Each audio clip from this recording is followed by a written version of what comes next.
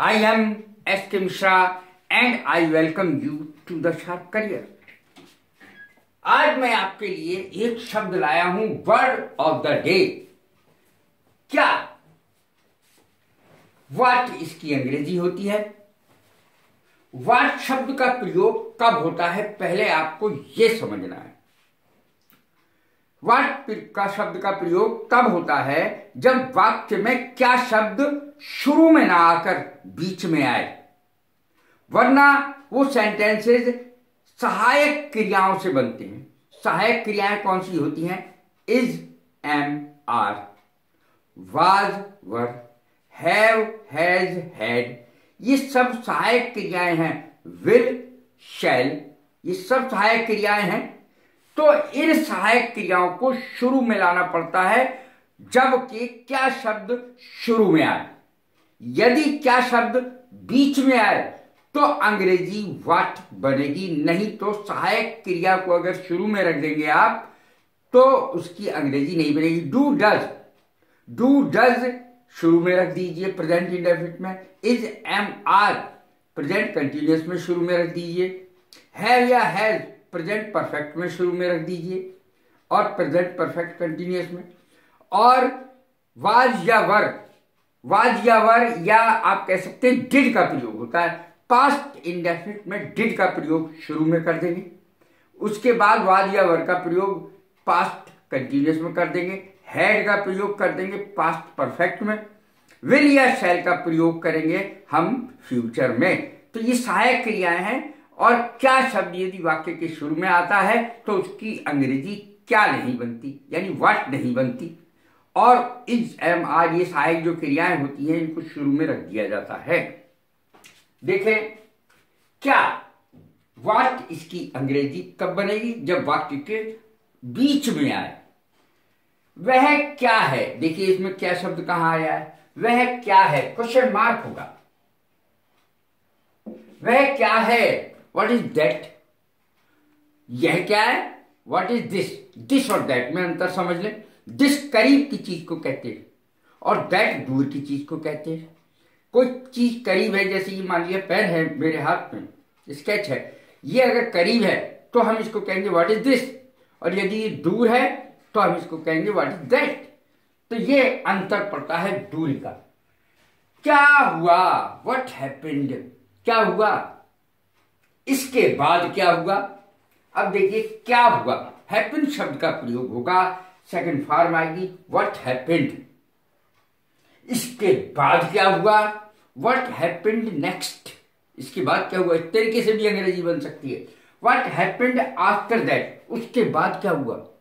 What happened after that, after माने बाद में। What happened after that past indefinite का सेंटेंस है। व्हाट हैपेंस, क्या होता है। व्हाट विल हैपन, क्या होगा, सब में क्वेश्चन मार्क आएगा।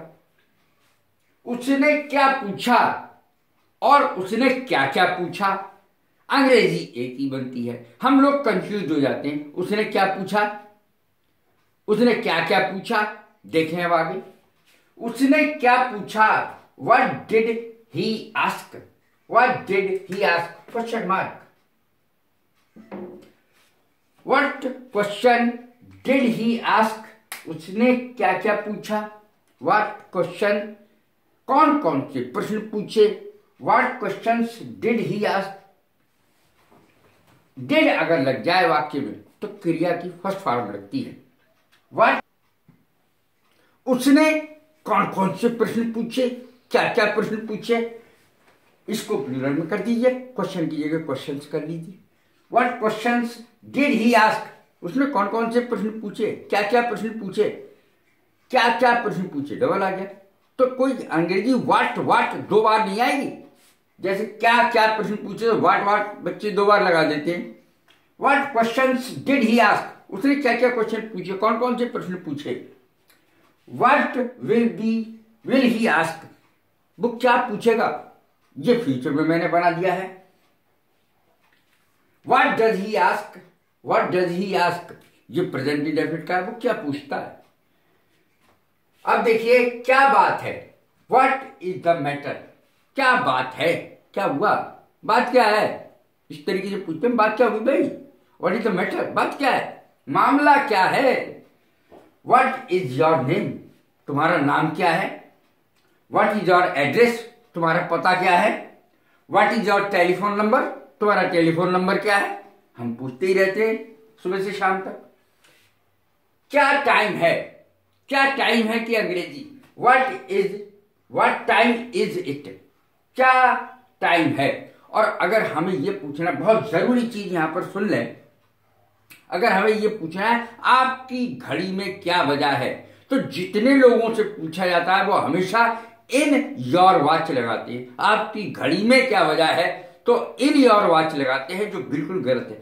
इन कभी नहीं आएगा, बाय शब्द का प्रयोग होगा, बी बाय। देखें, what is the time by your watch, आपकी घड़ी में कितने बजे। इन नहीं आएगा, मे की अंग्रेजी यहां बाय आएगी, इन नहीं आएगी।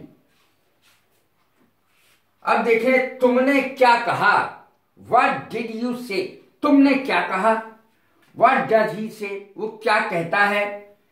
व्हाट विल ही से, वो क्या कहेगा।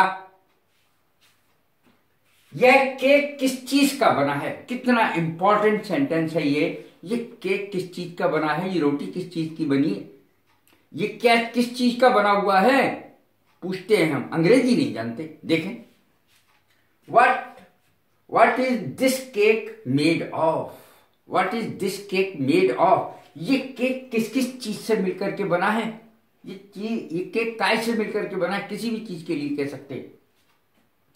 तुम बड़े होकर क्या बनना चाहते हो, कितना बड़ा क्वेश्चन है ये, तुम बड़े होकर के क्या बनना चाहते हो। मेरे ख्याल से कोई ऐसा नहीं होगा जो आपसे ये ना पूछता हो कि बड़े होकर आप क्या बनना चाहते हैं, यदि आप छोटे हैं तो।